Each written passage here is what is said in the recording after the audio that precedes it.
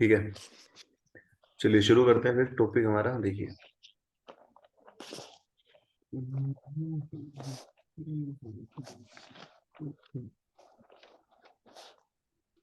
देखो binomial theorem. अब binomial theorem क्या है, कैसे है, क्यों हो, सारा मैं बेसिक से बताऊंगा। ध्यान से देखो। अब क्योंकि पहली क्लास है तो आप इसको, पहली क्लास में बेसिक होगा इसका, तो बेसिक आप ध्यान से देखिए। बेसिक अगर आपको समझ में आ जाता है तो फिर आप मानिए कि पूरा चैप्टर आप 2-3 दिन में खत्म कर लेंगे। बेसिक अगर समझ में नहीं आया तो फिर आप समझिएगा चैप्टर में इंटरेस्ट नहीं बनेगा, बोरिंग लगेगा। देखो, सबसे पहले मैं लिखता हूँ एक्स प्लस वाई का स्क्वायर। तो जब एक्स प्लस वाई का स्क्वायर हम करते हैं तो ये फार्मूला आमतौर पर हर बच्चों को आता है। तो ये होगा एक्स का स्क्वायर प्लस वाई का स्क्वायर प्लस 2xy। ऐसा फार्मूला होता है। इसी प्रकार अगर हम एक्स प्लस वाई का क्यूब करें, एक्स प्लस वाई का क्यूब करें तो ये भी सबको आता है। एक्स का क्यूब होगा, फिर वाई का क्यूब होगा, फिर 3xy और एक्स प्लस वाई ये होगा। ठीक है, तो ये हमारा है बाइनोमियल थ्योरम में। स्क्वायर हमें पता है, क्यूब हमें पता है। मतलब कितनी भी बड़ी पावर हो या इसको पूरा सोल्व करें तो ये बनता है कितना,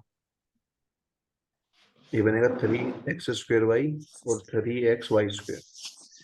तो देखो, अब इसमें आप समझिए कि पावर दो ठीक है, पावर तीन ठीक है, पर अगर पावर ज्यादा आ जाती है, मान लो एक्स प्लस वाई की पावर 10 आ जाती है, अब इसको सोल्व कैसे करेंगे। अब ये एक बड़ा मेथड रहता है सोल्व करने का। या फिर एक्स प्लस वाई की पावर 100 आ जाए मान लो, तो इन बड़ी पावर को सोल्व कैसे करें, वो हमें बताया है किसने, बाइनोमियल थ्योरम ने। तो बाइनोमियल थ्योरम पढ़ने का मेन मोटिव क्या है बताइए, क्या सीखना। जो बड़ी बड़ी पावर है उनको, जो बड़ी पावर है, जैसे मान लो पावर 100 आ जाती है या पावर 10 आती है, 90 आती है, कितनी बड़ी पावर भी अगर आ जाती है तो उसको भी हम सोल्व कर सकते हैं बाइनोमियल थ्योरम की सहायता से। ठीक है, तो इसलिए बाइनोमियल थ्योरम पढ़ रहे हैं। क्योंकि एक्स प्लस वाई, देखो जो एक्स प्लस वाई है ना, ब्रैकेट के अंदर आप देखोगे तो कितनी टर्म है, दो। एक्स और वाई, ये दो हैं तो इसको बोला गया है बाइनोमियल। तो इसमें आपको ऐसी ही टर्म बार बार देखने को मिलेगी। अगर मान लो मैं तीन लिखता हूँ ब्रैकेट के अंदर, X plus Y plus Z, मान लो तीन मैंने लिख दिया, तो अब ये बाइनोमियल नहीं है, अब ये है ट्राइनोमियल। ठीक है, तो बाइनोमियल क्या होता है, बाइनोमियल जब ब्रैकेट में दो टर्म हो। ट्राइनोमियल क्या होगा, ब्रैकेट में तीन टर्म हो।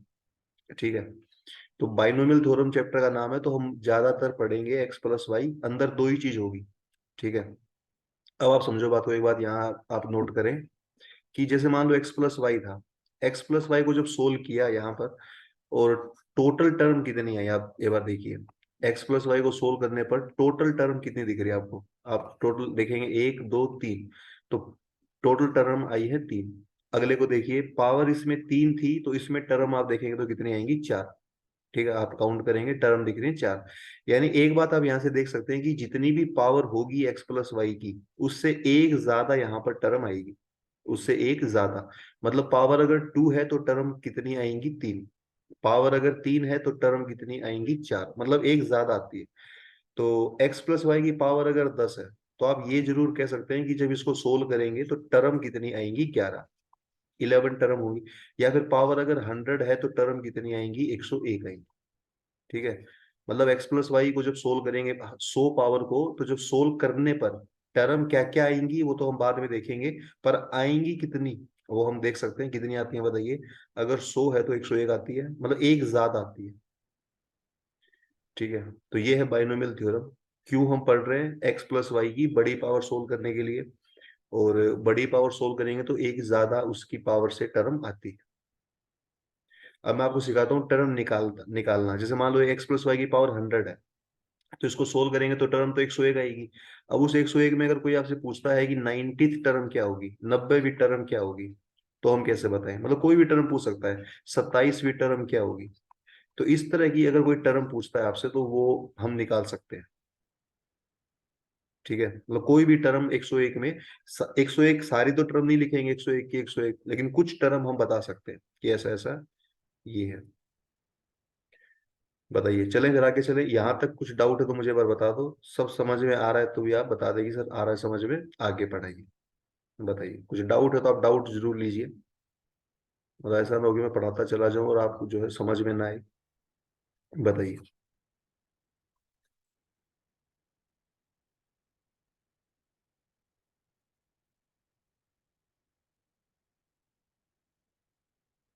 तो भीम सिंह को समझ में आ जाता तो मैं मान लेता हूँ कि बाकी को भी आ गया होगा, क्योंकि भीम सिंह जो है पहली बार पढ़ रहा है, और बाकी जो है वो एक बार से ज्यादा वो पढ़ ही चुके होंगे शायद कहीं ना कहीं।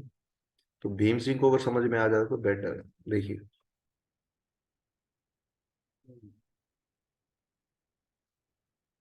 ठीक है, देखो, अब इसके बाद बात करते हैं टर्म निकालें कैसे। कोई भी टर्म अगर हमें देता है वो कैसे निकालेंगे, देखिए। जैसे पहली बात तो x प्लस वाई की जो पावर है वो है, मान लीजिए समझने के लिए, मान लीजिए 10 पावर है। तो जब 10 पावर है तो इसको ओपन करेंगे तो टर्म तो 11 आएंगी, एक टर्म ज्यादा आती है। ठीक है, ये बात हमें पता है।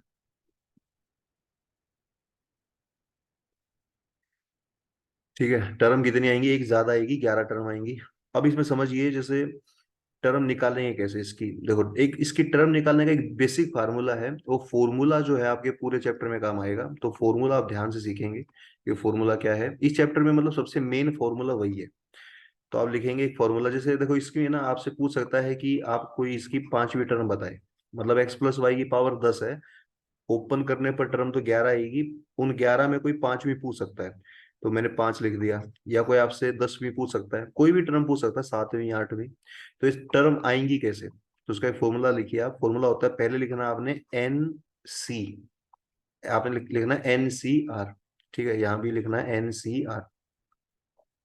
पहले तो लिखना है एनसीआर। अब पहले वो ये एनसीआर है क्या, जो एन होता है ना, एन एन होता है जो सबसे ऊपर पावर में होता है, ये वाला एन है, ये जो ऊपर पावर में 10 है, यही हमारा एन है। ठीक है, तो एन समझ में आया होगा, जो जितनी पावर है वो हमें एन लेनी है। अब ये आर क्या है, इसकी बात करते हैं। पहले आप देखिए, यहाँ पर साइड में लिखा है T5। T5 का मतलब है पांचवीं टर्म। नीचे लिखा है T10, 10 का मतलब है 10वीं टर्म। अब देखो, ये जो आर होता है ना, आर आर क्या होता है, जोन सी टर्म वो क्वेश्चन में पूछ रहा है उससे एक कम होती है। मतलब अगर वो पांचवी टर्म पूछेगा तो आर को आपने लिखना है 4। मतलब जो आर है वो उस टर्म के नंबर से एक कम होता है। ठीक है, तो जैसे आप क्या लिखेंगे बताइए, इसको मैं एक बार हटा देता हूँ एनसीआर को। देखो, आपने लिखना है, पहले तो एन लिखना है, एन हमारा कितना है, आप देखिए एन हमारा 10 है, तो 10 लिखेंगे, 10 सी। जब पांचवी टर्म पूछेगा तो हम लिख देंगे 4। पांचवी टर्म पूछने पर 4 लिखते हैं। अब नीचे वाले में देखो, नीचे वाले में 10वीं टर्म पूछ रहा है, तो 10वीं टर्म पूछ रहा है तो मैं लिखूंगा 10C9। मतलब जो सी के नीचे आएगा वो एक नंबर कम आएगा, जोन सी टर्म पूछी है उससे। ठीक है, तो ये बात है, तो समझिए आप। इसके बाद, ठीक है, इसके बाद आपने क्या लिखना है, ब्रैकेट के अंदर देखना है कितनी टर्म दिख रही है। तो ब्रैकेट के अंदर आप देखेंगे कि आपको दो टर्म दिख रहा है, ये एक्स दिख रहा है, फिर प्लस में वाई दिख रहा है। अब जो पहले वाली टर्म जो भी हो, फिलहाल इसमें आपको एक्स दिख रही है, ब्रैकेट के अंदर पहली टर्म को यहाँ लिखना है और दूसरी टर्म को यहाँ लिखना है। ऐसे ही जैसे पहली टर्म एक्स को यहाँ लिख देंगे, वाई को यहाँ लिख देंगे। अब एक बात ये भी ध्यान रखना है कि वाई अगर बीच में एक्स और वाई के प्लस का साइन है तो प्लस का वाई लिखना है। लेकिन अगर साइन मान लीजिए माइनस का होता तो आप वाई की जगह क्या लेते, माइनस वाई लेते। ठीक है, साइन भी साथ में रखना उसके। अब इन दोनों की कुछ ना कुछ पावर होंगी, वो पावर क्या होंगी वो देखिए आप। पावर क्या होंगी, जो भी हमारा एक्स है, ये पहले वाला जो टर्म है, इसकी पावर कितनी होगी। तो आपने क्या करना है, ये जो ऊपर वाला 10 है और नीचे वाला 4 है, इनको माइनस करना है। इनको माइनस करना है तो आप लिखेंगे 10 में 4 गया, आप लिखेंगे 6। नीचे वाले में आप देखेंगे 10 है और 9 है, तो 10 में 9 गया 1। मतलब जो पहली टर्म है उसकी पावर कितनी आती है बताइए, उसकी पावर आएगी ऊपर वाले नंबर में नीचे वाला घटाने पर। ठीक है, अब बच गया दूसरा नंबर। अब दूसरे नंबर की पावर कितनी आएगी, जो भी नंबर सी के नीचे लिखा है, जो भी नंबर सी के नीचे लिखा है वही पावर होती है वाई की। मतलब सी के नीचे अगर 4 लिखा है तो वाई की पावर 4 होगी। सी के नीचे अगर 9 लिखा है तो वाई की पावर 9 होगी। तो ये जो आंसर आया है यही हमारी पांचवी टर्म है और यही हमारी 10वीं टर्म। ठीक है, अब जैसे 10C4 जो होता है, 10C4 आप सोल्व करना आपको अब आना चाहिए, परमुटेशन में कॉम्बिनेशन में सिखाया था मैंने। तो 10C4 वैसे मेरे को याद हो गया 210 होता है, 210 लिखेंगे, एक्स की पावर 6, वाई की पावर 4। ये इसकी पांचवी टर्म आ गई है। इसी प्रकार नीचे देखेंगे 10C9 10 ही होता है, तो 10XY की पावर 9, ये इसकी 10वीं टर्म। तो ऐसे कोई भी टर्म हमसे पूछ सकता है, हम इस फॉर्मूले से बता सकते हैं। अब इस टर्म का जो फॉर्मूला है वो मैं लिखवा देता हूँ। फॉर्मूला आपने लिखना है TR+1 करके। क्या लिखना है, TR+1 की फॉर्म में लिखना है आपने। क्या लिखना है, टी लिखना है, R+1। अब फॉर्मूला ये है NCR एक्स की पावर होती है एन माइनस आर और वाई की पावर है आर। ये फॉर्मूला आप लिख लें, और ये फॉर्मूला भी अगर आप याद करके आप सो जाएं तो आप मान लीजिए कि 2.5 नंबर आपके एनडीए में बढ़े हैं, और 1 नंबर एयरफोर्स में देखो बेसिक क्वेश्चन आता है, वो क्वेश्चन इसी फॉर्मूले पे आएगा।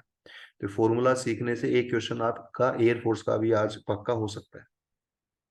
ठीक है, तो इसको मैं देख लो, एन क्या था, एन है जो पावर में है। आर क्या है, आर वो है जो सी टर्म पूछेगा। देखो जैसे इस फॉर्मूले में मैंने यहाँ टी के नीचे लिखा है R+1, टी के नीचे R+1 लिखा है, इसका मतलब वो R+1 टर्म पूछ रहा है, और R+1 से मैंने एक कम करके आर यहाँ लिखा है। मतलब यहाँ टी के नीचे जो भी है वो एक कम होके वहां पर जाएगा। और एक्स की पावर में आपको पता है एन में आर को घटाना है, और वाई की पावर में कुछ नहीं घटाना, वाई की पावर सेम आर वहां पर आपने रख देना है। ठीक है, तो यहां तक एक बार बताइए कौन सा स्टेप दोबारा बताना है। एन आपने देखना क्या है, आर क्या है, एक्स क्या है, वाई क्या है, इनकी पावर कितनी होंगी। ठीक है, इतनी सी बात आपने ध्यान रखनी है। तो यहां तक अगर क्लियर है तो आप एक बार बता दीजिए, फिर मैं क्वेश्चन आपको डेमो क्वेश्चन जो है, ये जैसे मैंने 2 क्वेश्चन कराए, 5वीं टर्म निकाली, 10वीं निकाली, ऐसे एक क्वेश्चन आप खुद करके देखिए। खुद से करेंगे आप, गलत होगा कोई बात नहीं, पर अगली बार ज्यादा समझ में आएगा आपके। ठीक है, चलिए, तो मैं उम्मीद करता हूँ समझ में आपको ये आ गया होगा। तो एक डेमो क्वेश्चन, हल्का फुल्का क्वेश्चन आप करके दिखाइए। क्वेश्चन कुछ ऐसा है, x² प्लस 1/x, इसकी पावर है 5। अब पावर 5 है तो आप समझिए कि इसमें टर्म आएंगी 6। उन 6 में आपको चौथी टर्म बतानी, फोर्थ टर्म ज्ञात करें इसकी। फोर्थ टर्म ज्ञात करें, क्या इसकी फोर्थ टर्म आएगी बताइए। ठीक है, फॉर्मूला मैं साइड में लिख देता हूँ। फॉर्मूला क्या लिखवाया था, NCR, एक्स की पावर n-r और वाई की पावर r। बताइए।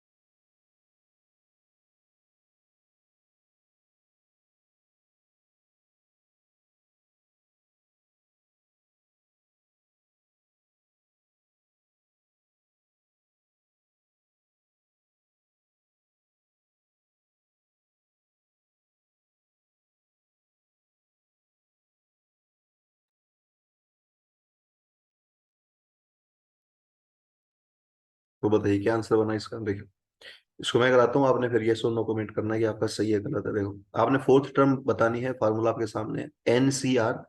तो एन हमारा इसमें जो है, देखो एन हमारा 5 है, तो एन की जगह 5 लिखेंगे। ठीक है, फिर CR, आर हमारा कितना है, अगर उसने चौथी टर्म पूछी है तो आर हमारा 3 होगा। ठीक है, उसके बाद एक्स और वाई, एक्स हमारा होता है जो पहली टर्म है, यानी कि जो ये शुरुआत में x² है यही हमारा एक्स है, तो x²। और जो y है ये वाला हमारा y है 1/x। अब इनकी पावर आप कितनी लिखेंगे, पहले में 5 में 3 घटाएंगे तो 2 आएगा, दूसरे वाले में 3 का 3 आएगा। अब 5C3 होता है 5C2। मैंने आपको बताया था कि जो नंबर 3 है इसको ऊपर वाले 5 में घटाया जा सकता है, तो 5 में 3 गए तो 2 लिख दिया। और ये कब घटाना है, जब घटाने की वजह से नंबर छोटा है। तो जैसे मैंने 3 को घटाया तो नंबर जो मिला मुझे 2 मिला, 2 छोटा है 3 से। तो हमेशा जब सी के नीचे कोई नंबर बड़ा आपको दिखता है तो आप उसको ऊपर वाले में से घटाएंगे। अब यहाँ पर एक्स की पावर 4 होगी और यहाँ पर एक्स की पावर 3 है। तो 5C2 आप सोल्व दिमाग में भी कर सकते हैं, 10 होता है, तो 10x इसका आंसर है। तो ये बताइए किस किस बच्चे को ये समझ में आया है कि 10x जो है इसका आंसर आएगा।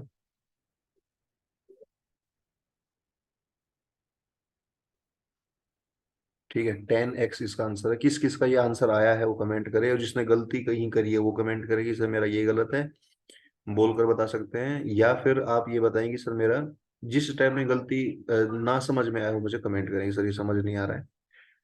ठीक है, गोट इट सर। ओके, तो दिव्यांशु ने बता दिया है कि इसका सही है। भीम सिंह और जयेंद्र कुमार भी अब चेक करें कि कहाँ गलती हुई है। ये बेसिक सवाल है, ठीक है, पहला सवाल है। सर वाई कंसीडर करने में सर मिस्टेक हो गई थी। ठीक है ठीक है, तो मतलब मिस्टेक हो सकती है, कोई बात नहीं, बस आपको समझ में, अब समझ में आ गया है क्या, बताइए। अब जो गलती हुई थी उसका जो है सॉल्यूशन हो गया है। अब आप अगला क्वेश्चन एक बार और करके देखिए सही। ठीक है, मतलब कोई भी टर्म हम बता सकते हैं ना। तो इसमें मैं आखिरी बार फिर बता दूं कि इसमें जो टर्म थी वो कैसे थी हमारी, जैसे कि एन है हमारा है। अब एन में जो है, एन क्या होता है, जो सबसे ऊपर होता है, ये 5। आर हमारा क्या होगा, जैसे उसने चौथी टर्म पूछी है तो आर हमारा एक कम 3 हो जाएगा। एक्स इसमें क्या था, जो सबसे शुरुआत में है वही एक्स है। और वाई क्या है, जो सबसे बाद में है वो वाई है। तो वो सिंपल क्वेश्चन आई थिंक आपको करना चाहिए भी, ठीक है। चलिए, अब दो चार कंसेप्ट और लिखिए आप इसके, क्या क्या कंसेप्ट इसमें बचते हैं वो देखिए। तो भैया इसमें सर बीच में अगर सर बीच में अगर माइनस का साइन होता है तब भी यही रहता फार्मूला। क्या कह रहे हो, दोबारा बताना। सर अगर बीच में सर माइनस का साइन होता प्लस की जगह तो सर तो यही फॉर्मूला रहता। देखो, बीच में अगर माइनस का साइन है उसको हमें साथ में उधर लेके जाना है, मतलब माइनस दूसरी तरफ भी लेके जाना है। माइनस अगर साइन है तो रहेगा, उसके साथ ही रहेगा, वाई के साथ ही रहेगा बीच में। अगर एक्स के साथ माइनस है तो वो एक्स के साथ ही रहेगा, माइनस साइन को इग्नोर नहीं करना आपने। ठीक है, अब इसमें देखिए आप, जो फॉर्मूला होता है हमारा NCR वाला, ये बड़े काम का फार्मूला है। इसको हमने कई बार देखा है ना। तो इसको मैं एक बार बता दूं क्या फॉर्मूला होता है। ये होता है फार्मूला, तो ये होता है n बट्टे r और n-r। बाकी इसको मैंने और शॉर्टकट तरीके से करना आपको सिखाया था कि आप इस तरह नहीं करेंगे। ठीक है, तो वही फॉर्मूला सबसे मेन है। जैसे मान लो एक बार फिर बता दूं, tan c4 अगर आपको सोल्व करना है तो बड़ा आसान चीज है। नीचे सी के अगर 4 है तो 4 का फैक्टोरियल आप यहाँ लिख देंगे साइड में। 4 है तो 4 का फैक्टोरियल, यानी 4 का फैक्टोरियल होता है 24। अब फैक्टोरियल भी आई होगा, आपको याद होंगे, 0 फैक्टोरियल एक होता है। अब सारे नहीं लिख रहा मैं, टाइम वेस्ट होगा। 1 फैक्टोरियल, 2 फैक्टोरियल, सब याद होना चाहिए यार। तो 4 का फैक्टोरियल नीचे लिखा, और ऊपर वाले 10 को हमने 4 बार ओपन करना है। ऊपर वाले 10 को 4 बार ओपन करना है। 4 बार क्यों करना है, क्योंकि नीचे 4 लिखा है। अगर नीचे 3 लिखा होता तो मैं 3 बार ओपन करता। तो 4 बार ओपन कैसे होगा, एक तो 10 लिख दिया, फिर एक 9 लिखना है, एक एक नंबर कम करना है, फिर 8 लिखना है, फिर 7 लिखना है। तो 4 बार मतलब 4 टर्म ऊपर आएंगी, क्योंकि नीचे 4 था। चलिए, तो ये आपको मतलब आना चाहिए था, PNC में मैंने भी पढ़ाया है। लेकिन अगर आप बाई चांस क्लास नहीं लगा पाए तो इसलिए मैंने दोबारा बताया। अब आप समझिए कि x+y अगर हमें दे रखा है, इसकी पावर n है, तो इसमें कितनी संख्याएं आएंगी, इसमें टर्म्स कितनी आएंगी। टोटल टर्म मैं बता रहा हूँ कितनी कितनी बनती। तो x+y की पावर अगर n है तो इसको जब सोल्व करेंगे तो टर्म उसमें एक ज्यादा आती है, आपको मालूम है, n+1 आती है। मतलब पावर अगर इसकी n है तो एक ज्यादा आएगी, एक ज्यादा मतलब n+1।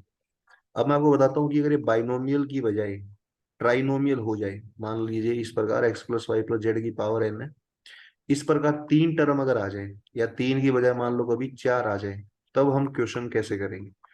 अब देखो, अगर ब्रैकेट के अंदर 3 टर्म आती हैं, 4 टर्म आती हैं, तो उस पे टर्म्स निकालनी नहीं पूछेगा, बस ये पूछेगा कि कितनी टर्म्स बनेंगी। तो उसका फॉर्मूला क्या बनता है वो आप लिखिए। देखो, सबसे पहले तो आपने जो पावर है n उसको लिखना है, तो n का n लिखना है आपने, नीचे भी n है तो n लिखना है। अब आप ब्रैकेट के अंदर टर्म देखिए कितनी है।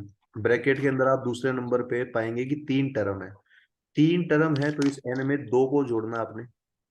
मतलब 3 टर्म है तो 2 जोड़ना है। क्या समझे हम, कि एक कम करके जोड़ना है। जैसे नीचे वाले में x y z w 4 term है तो 4 है, तो मैं यहाँ पर 3 जोड़ दूंगा। एक नंबर कम आपने जोड़ना है। ठीक है, यही काम आप ऊपर भी देखेंगे, सबसे ऊपर वाले में x+y वाले में, उसमें 2 टर्म थी तो 2 थी, तो मैंने बाद में एक जोड़ दिया। ठीक है, अब इसके बाद आगे भी आंसर आएगा। आगे आंसर देखिए। अब ये आंसर नहीं है कि ये आपको लगे आंसर आ चुका है, आंसर अभी शुरू हुआ है। देखिए, इसके बाद लिखना है नीचे सी, दोनों के नीचे सी लिखना है। अब आप ये देखिए, सी से ऊपर देखिए n+2 दिख रहा है। तो जो 2 आपने जोड़ा था, उसी 2 से, उसी 2 को नीचे लिखना आपने। मतलब अगर n में 2 जोड़ेंगे तो नीचे भी 2 ही लिखेंगे। अब नीचे वाले में देखिए, नीचे वाले में n में हमने 3 जोड़ा था तो नीचे भी 3 ही आएगा। मतलब जितना नंबर आप इसमें जोड़ते हैं वही नंबर नीचे आता है। और ये नंबर क्या जोड़ना है वो मैंने बताया कि ब्रैकेट में जितनी संख्याएं टर्म हैं उन्हीं टर्म का एक नंबर कम करके आपने जोड़ना है, और जब इसको सोल्व करेंगे तो आंसर जो भी आएगा वो आएगा। ठीक है, तो ये आप लिख लीजिए फिलहाल। और जैसे ऊपर वाले में भी देखो, ऊपर वाले में आप सी लिखेंगे, और क्योंकि आपने ऊपर वन जोड़ा है, वन जोड़ा है तो नीचे भी वन आएगा। और मैं आपको ये बता चुका हूँ, आपको याद आएगा कि जब सी के नीचे वन आता है तो जो ऊपर जो भी हो वही आंसर आता है, तो इसका आंसर n+1 ही होगा। ठीक है। इसको और इसको देखिए एक बारी, तो इनको लिख लो फॉर्मूले। और अभी है ना 5 मिनट के लिए क्लास बंद रहेगी, तो उस क्लास बंद में आपने क्या करना है, आपने एक, मैं पीडीएफ भेज रहा हूँ बाइनोमियल थ्योरम की, बाइनोमियल थ्योरम की एक नई पीडीएफ में भेज रहा हूँ, जो जैसे पीएनसी की भेजी थी, तो बाइनोमियल थ्योरम की पीडीएफ है। उस पीडीएफ में ज्यादा नहीं है, 50 सवाल है। क्वेश्चन कितने हैं, 50। उसमें एयरफोर्स लेवल के भी क्वेश्चन है और कुछ थोड़े बड़े ही क्वेश्चन है। वो बड़े क्वेश्चन वो एनडीए के हैं। ठीक है, तो जैसे भीम सिंह है, वो बड़े क्वेश्चन अगर आते हैं तो घबराने की बात नहीं है, वो एनडीए के क्वेश्चन है। और जो आसान आसान है वो एयरफोर्स के क्वेश्चन है। ठीक है, तो ये आपने देखना है, मैं भेजूंगा अभी। उसके आपने जो है ना 5 क्वेश्चन करने हैं, 5 सवाल। ठीक है, तो इससे आपकी जो है वो शिकायत भी दूर हो जाएगी, क्वेश्चन ज्यादा नहीं करा पाया मैं। तो अब डेली 5 क्वेश्चन आप ऐसे करें, मान लीजिए तो 5 क्वेश्चन, अभी जैसे मैंने 20-30 मिनट पढ़ा है, 40 मिनट, अब 5 क्वेश्चन मैं आपको दूंगा, वो अगर आप कर पाए तो ये भी चेक होगा कि हमें समझ में आ भी रहा है कि नहीं समझ में आ रहा है। ठीक है, कुछ समझ में आ रहा है तो 5 में से आप एक तो करोगे, दो तो करोगे। ठीक है, तो ऐसे ऐसे आप खुद को नोटिस करना कि किस दिन आप, कौन सी क्लास ऐसी थी जिसमें आपके पांचों में से पांचों समझ हो गए थे, इसका मतलब आपको बहुत तगड़ा समझ में आया है। किसी दिन आपका 5 में से 0 होगा, इसका मतलब आप उस टॉपिक को समझ नहीं पाए हैं। तो उसकी रिकॉर्डिंग में दूंगा तो आप दोबारा उसको देखिए। तो इससे एक सेल्फ एनालिसिस भी हो जाएगा साथ के साथ कि कितना सा बच्चे को समझ में आ रहा है। ठीक है, तो ये पीडीएफ में भेजता हूँ अभी, लेकिन उससे पहले आप एक इसके ऊपर एक प्रैक्टिस क्वेश्चन मैं करा देता हूँ। देखो, जैसे मान लो वो लिखता है कि ABCD 4 टर्म लिख दिए अगर मान लीजिए, और इसकी पावर 10 लिख देता है। पावर कितना लिखता है इसकी, 10। तो अब इसमें कैसे सोल्व करेंगे हम, कितनी टर्म आएंगी, तो देखो, सबसे पहले 10 है तो आप यहाँ पर 10 लिखेंगे, फिर प्लस करेंगे। अब अंदर आपको 4 दिख रहा है, 4 का मतलब यहाँ पर 3 आपने जोड़ना है और 3 ही नीचे लिखना है। तो ये ऊपर, अच्छा कोई बच्चा ये ना बोल दे कि सर 3C 3 तो 1 होता है। आपने बताया था कि ऊपर n है नीचे n है, तो सेम सेम आने पर 1 हो जाता है। पर आप ये समझिए ऊपर 3 नहीं है, ऊपर जो ऊपर वाला जो 3 है वो अभी के लिए उस 10 से जुड़ेगा पहले। ये जो 3 है वो अकेला 3 नहीं है, वो 13 है वो। तो आपने उस 3 को 10 में जोड़ना है पहले, तो 13C 3। ठीक है, 13C 3 को सोल्व कैसे करेंगे, अब देखिए, जैसे 3 है तो 3 का फैक्टोरियल आप 6 लिख देंगे, जैसे थोड़ी देर पहले मैंने 4 का 24 लिखा था। अब ऊपर वाले 13 को हमें ओपन करना है, अब कितनी बार करें, नीचे अगर 3 लिखा है तो 3 संख्याएं आएंगी, 3 बार ओपन करना है, 13, 12 और 11। अब इसका जो भी आंसर बनेगा आप कर सकते हैं, 26 बनेगा, 286। तो ये इसका आंसर है। ठीक है, तो आई होप आप ये सब समझ पा रहे हैं कि कौन सा फॉर्मूला कब काम करेगा, कैसे काम करेगा। तो एक तो आपने दो चीजें मेन मेन सीख लिया आज, एक तो आपने टर्म निकालना सीखा है कि कौन सी टर्म कब आएगी। उसके बाद आपने सीखा है कि टर्म कौन सी आएगी, वो हमने सीख लिया। उसके बाद हमने सीखा कि कितनी टर्म आएंगी जब अंदर बाइनोमियल की बजाय अगर अंदर ट्राइनोमियल आ जाए, या अंदर 4 टर्म आ जाए, वो सब भी हमने सीखा। चलिए, आज की तीसरी चीज आप सीखिए।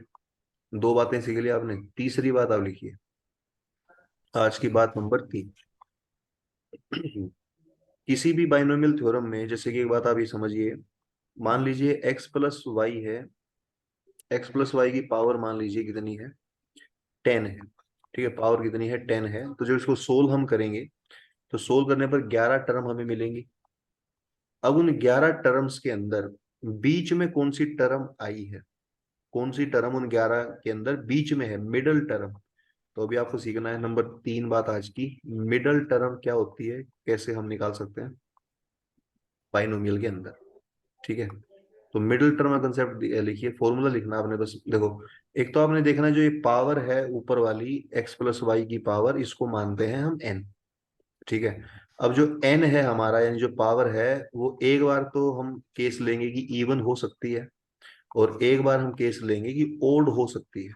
पावर तो दोनों काम कर सकती है ना, इवन भी हो सकती है, ओड भी हो सकती है। जब पावर इवन होगी तो आपने क्या करना है, कौन सी टर्म, एक फॉर्मूला आपने लिखना है इवन पावर का, n प्लस n/2 + 1, ये फॉर्मूला आपने लिखना है। क्या लिखना है, n/2 + 1, ये जो टर्म आएगी यही हमारी मिडिल टर्म है। मतलब n अगर इवन है तो मिडिल टर्म कैसे निकालेंगे, n/2 + 1, ये संख्या हमारी इवन आती है, मिडिल टर्म आती है। और अगर ओड है, ओड के दो फॉर्मूले होते हैं। ओड के अंदर दिक्कत क्या है ना, ओड जब होगा तो टर्म दो आएंगी हमारी बीच में। एन जब इवन होता है तो सिर्फ एक टर्म बीच में आती है, लेकिन जब एन ओड होता है तो दो टर्म बीच में आती है। वो कौन कौन सी टर्म बीच में आएगी, पहले फॉर्मूला लिखेंगे, n+1/2, एक तो ये टर्म, और एक n+3/2, एक ये टर्म। तो ये दो टर्म बीच में आती हैं, मिडिल में आती हैं कब, जब एन हमारा ओड होता है। अब इसका मैं एग्जांपल भी करा देता हूँ, आप एक बार इनको लिख लीजिए कम से कम।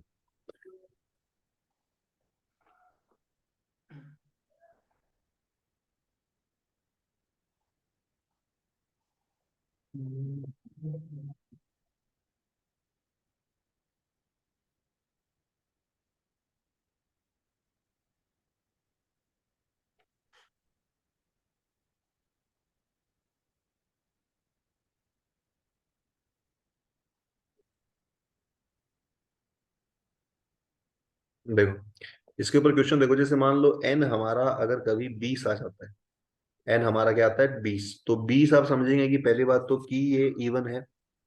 अगर जो 20 है वो इवन है, इवन है तो आप समझिए इसमें क्या करेंगे, अगर ये हमारा इवन है तो कौन कौन सी टर्म बीच में आएगी बताइए।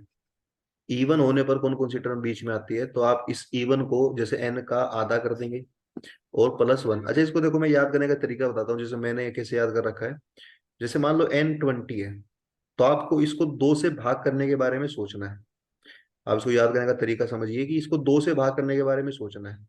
तो आप देखिए 20 जो है वो क्योंकि इवन है तो दो से भाग वो हो सकता है, तो इसको दो से भाग कर दीजिए, कितना आ जाएगा 10। ठीक है, अब उसमें एक जोड़ देना है, ये हमारा उत्तर है। 11वीं जो टर्म होगी, 11वीं जो टर्म होगी वो हमारी मिडिल टर्म है। मैं क्या बोल रहा हूँ, दो से भाग करने का सोचना है। सोच हमारी क्या होनी चाहिए टर्म बताने के मामले में, मिडिल टर्म में, कि दो से भाग हो सकता है कि नहीं हो सकता। अगर हो सकता है तो कर दो और एक जोड़ दो, सिंपल सी बात है। अब बात करते हैं, जैसे एन मान लो 41 दे देता है, एन कितना दे देता है 41। अब 41 मतलब उसने ओड नंबर दे दिया हमें। अब ओड नंबर को फिर वही बात है कि दो से भाग करने के बारे में सोचना है। अब दो से भाग तो नहीं होगा 41, तो 41 दो से भाग नहीं होगा, तो इसमें का क्या करो, एक जोड़ दो, उसके बाद फिर ये दो से भाग हो जाएगा। 41 दो से भाग नहीं होता ना, तो एक जोड़ दो उसमें और अब दो से भाग कर दो। तो 41 में एक जोड़ेंगे तो 42 होगा, 42 को दो से भाग करेंगे तो कितना आएगा बताइए, 21 आएगा। तो एक तो 21वीं टर्म हमारी मिडिल टर्म आई है, और एक इसके अगली होती है, इसके जस्ट अगले वाली 21वीं के बाद 22वीं। तो ये दो टर्म हमारी मिडिल आती हैं। और एक बात ये भी ध्यान रखना है कि जब ओड होता है तो ओड में हमारा टर्म भी कितनी आती हैं, दो आती हैं। ठीक है, तो अब आप आई थिंक आप सीख गए होंगे कि मिडिल टर्म कैसे निकालनी है। कैसे निकालनी है तो आप क्या जवाब देंगे कि सर दो से भाग करके देख लेंगे हम, अगर इवन है तो दो से भाग हो ही जाएगा, उसमें एक जोड़ देंगे। ठीक है, लेकिन अगर ओड है, ओड तो दो से भाग नहीं होगा, तो उसमें पहले जोड़ेंगे फिर भाग करेंगे। ओड में दो से एक जोड़ देंगे फिर दो से भाग कर देंगे, तो जो आएगा उसमें एक अगली टर्म भी लिख देनी साथ में, क्योंकि ओड में टर्म कितनी आती हैं, दो बीच में आती है। ठीक है, तो इसके ऊपर एक क्वेश्चन मैं करके दिखा देता हूँ कि कैसे क्वेश्चन बनता है। फिर आप जो है 5 मिनट का ब्रेक लीजिए, ब्रेक मतलब प्रैक्टिस ब्रेक लीजिए, उसमें प्रैक्टिस कीजिए और फिर दोबारा आपने आना है। सर 22 टर्म कैसे है, भीम सिंह ओड में है ना एक एक्स्ट्रा, एक उसके अगले वाली भी लेनी है आपने। जैसे मान लो 21 था, तो एक अगली टर्म भी, क्योंकि दो टर्म बीच में आती है ना ओड में। ठीक है, ओड में दो टर्म आती है। और ये आप यहाँ फॉर्मूला भी देखो ना, फॉर्मूला जो लिखा लिखा मैंने इसमें दो बार दो फॉर्मूले लिखे, एक तो एन में एक जोड़ के दो से भाग करना है, और एक एन में तीन जोड़ के दो से भाग करना है। ऊपर वाले से 21 उत्तर आएगा, नीचे वाले से 22 आएगा। तो दो टर्म आती हैं बीच में, तो 22 यहाँ, लेकिन आप देखेंगे तो 21 के बाद 22, एक टर्म बढ़ा देनी है आपने। ठीक है, अब इसके ऊपर एक डेमो क्वेश्चन देखो हल्का फुल्का, फिर आप जो है 5 मिनट प्रैक्टिस ब्रेक लीजिए। देखिए अब इसमें क्वेश्चन क्या बनता है भैया, क्वेश्चन ये बनता है जैसे मान लीजिए x और -y है मान लीजिए, और पावर इसकी 21 है। पावर कितनी है बताइए, 21। तो इसकी मिडिल टर्म कौन कौन सी होंगी, पहली बात तो 21 है, ओड है, तो मिडिल टर्म आएंगी दो, सीधी सी बात है। अब दो टर्म कौन कौन सी होगी, तो आप क्या करेंगे, 21 को 2 से भाग करेंगे जो कि नहीं होता, तो इसमें एक जोड़ देंगे पहले, दो तो जोड़ेंगे तो 22, अब 22 2 से भाग हो जाएगा, तो 22 का आधा कितना हो, 11। तो 11वीं टर्म आएगी, या फॉर्मूला फॉर्मूला लगा लो आप, n+1/2, इससे 11वीं टर्म आ जाएगी, और एक n+3/2, इससे 11 के बाद अगली 12वीं टर्म आ जाएगी। ठीक है, अब 11वीं टर्म आपने बतानी है और 12वीं टर्म आपने बतानी। अब टर्म कैसे बताएं, टर्म बताना ही आज का पहला जो काम हमने किया है, वो टर्म बताना ही सीखा है हमने आज। जो हमने आज ये किया है कि टर्म क्या होगी, टर्म निकालना, वही काम तो सीखा है। तो टर्म निकालने का फॉर्मूला मैं एक बार फिर बता दूं, क्या फॉर्मूला लिखवाया था अभी, NCR, x की पावर n-r और y की पावर r। अब बताइए 11वीं टर्म में n कितना होगा, अब n तो जो है वो 21 ही रहेगा, 11वीं टर्म हो चाहे 12वीं टर्म हो, n तो सेम रहता है। अब मुझे बताइए c मैंने लिखा, 11वीं टर्म में c के नीचे कितना आएगा, तो आप कहेंगे सर अगर 11वीं टर्म है तो आप 10 लिखिए, और 12वीं टर्म है तो 11 लिखिए, एक घटा के आपने लिखना है। फिर x है और -y है, अब देखो y का के साथ माइनस है तो मैंने नीचे भी माइनस लिया है। अब x की पावर आती है इस 21 में 11 को घटाने से, 10 को घटाने से, यानी कि 11, और यहाँ आएगा 10। ठीक है, ये आ जाएगा 10, और -y की पावर यहाँ 10 आ जाएगी, और यहाँ 11 आ जाएगी। तो ये इसकी 11वीं टर्म है, ये इसकी 12वीं टर्म।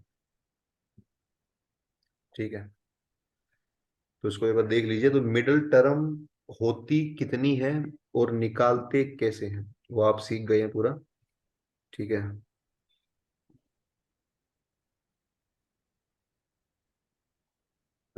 तो इसमें यहाँ तक मुझे बताइए कि कहाँ डाउट है, कितना समझ में आया है, उसके बाद मैं जो है एक पीडीएफ ग्रुप में भेज रहा हूँ, वो पीडीएफ जो है वो अभी आप करेंगे।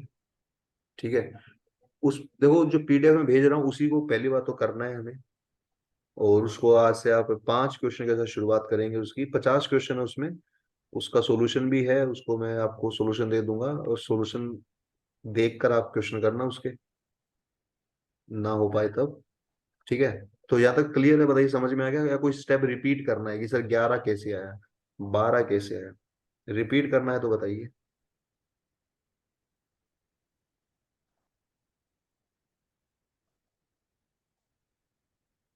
चलिए फिर मैं ग्रुप में पीडीएफ भेज दिए, तो आप एक काम कीजिए, ग्रुप में एक्टिवेट हो जाइए और 5 मिनट की प्रैक्टिस कीजिए, फिर मैं मिलता हूँ।